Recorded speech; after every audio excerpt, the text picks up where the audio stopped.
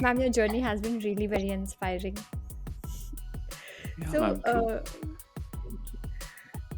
is there any advice that you would like to give the young entrepreneurs out there, especially women who are trying to enter the so-called male-dominated industry? I think one thing that I would like to put out there is, from the time that I started working to now, I see a huge change. I see a lot more women in the corporate sector, and that's a very encouraging trend. Having said that,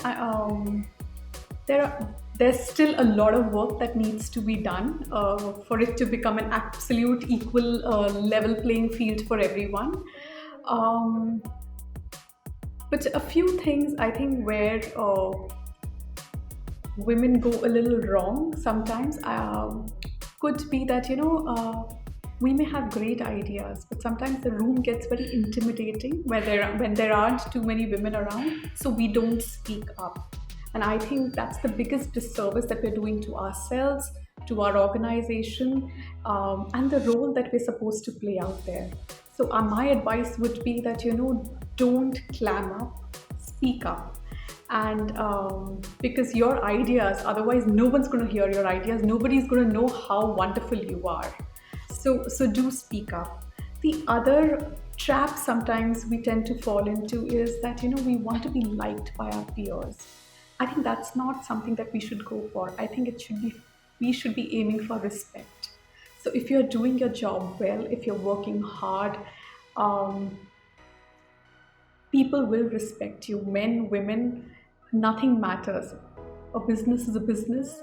Everyone wants competent people around them. So don't compromise on quality or on your work just because you want to be liked by your peers. Aim for respect. Do what you need to do and stay true to your job. So that's the other thing that I think women need to do. And I think last but not the least, support other women. I think that is something that we should be doing.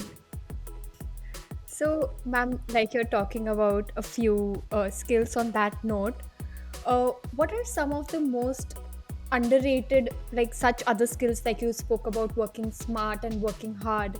So, any such skills that you feel are of utmost importance today, which can be picked up on the go, and they're not taught to us in a closed classroom? I think what the pandemics taught us or what I'm seeing around when I look at the teams within the office and outside, is that emotional quotient is a word that is being thrown about a lot these days, but I think we don't really understand or appreciate it enough. Uh, People with a very high emotional resilience have been the ones who've been able to come out, much better during this pandemic.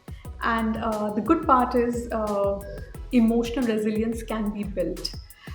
You can work upon it. There's so many books on it, papers on it, and it's extremely important to have the skill.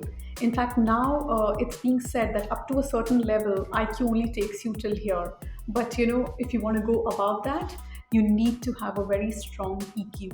So I think all of us should be making sure that we are building this particular skill within us. And I think the other skill which was underrated till now, or maybe wasn't required as much, was flexibility. Your adaptability, how you adapt to a changing situation, how flexible you are. That's very important because all of a sudden, from going to offices, we had to move. Working online. And Jay, you mentioned, a lot of people are finding it difficult to speak up in the online world. And we need to learn fast how to overcome some of these. It's extremely important because this is here to stay for some time.